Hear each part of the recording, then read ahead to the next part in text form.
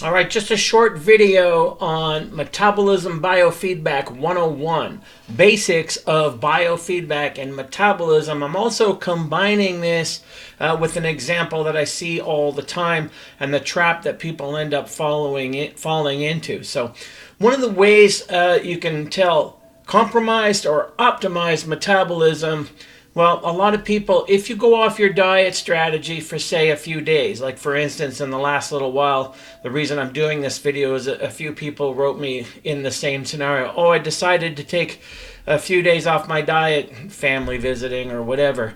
And then they're shocked that I stepped on the scale and I gained so much weight and the weight's not coming off. Oh no, what am I going to, what am I going to do and how did that happen? Don't just assume because you cheat on your diet, you take refeeds, that you're in supercompensation mode and or your metabolism is optimized. So Metabolism Biofeedback 101, if you stray from your diet for a few days and that added weight stays with you, then you have a compromised, not an optimized metabolism, and you shouldn't be surprised by that. Now, one of the traps that people end up falling into with that is like catnip. They start focusing on the weight. It's not coming off. It's not coming off. So they try to do whatever they can to make it come off. So they do guilt cardio and or they cut carbs for a few days to make the scale weight change.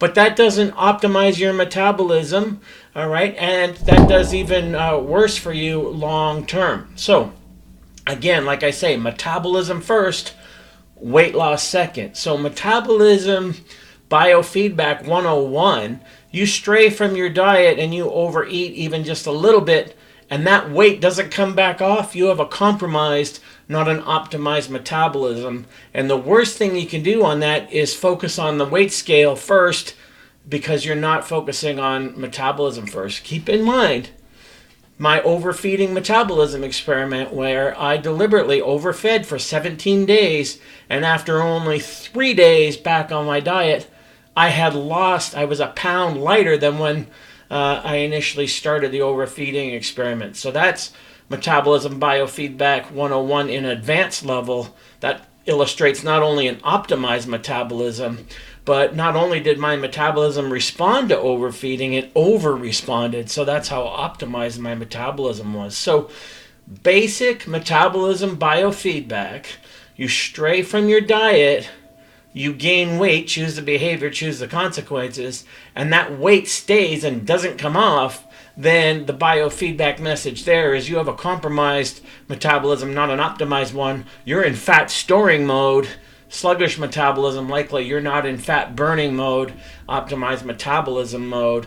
So that's a good way to read biofeedback. Then you got to go back to the drawing board and be consistent and not complacent with your diet. So that's just a little bit of Metabolism Biofeedback 101. If you want like the nuts and bolts and details, then check out my Cycle Diet online course at scottabelefitness.com/cycle diet.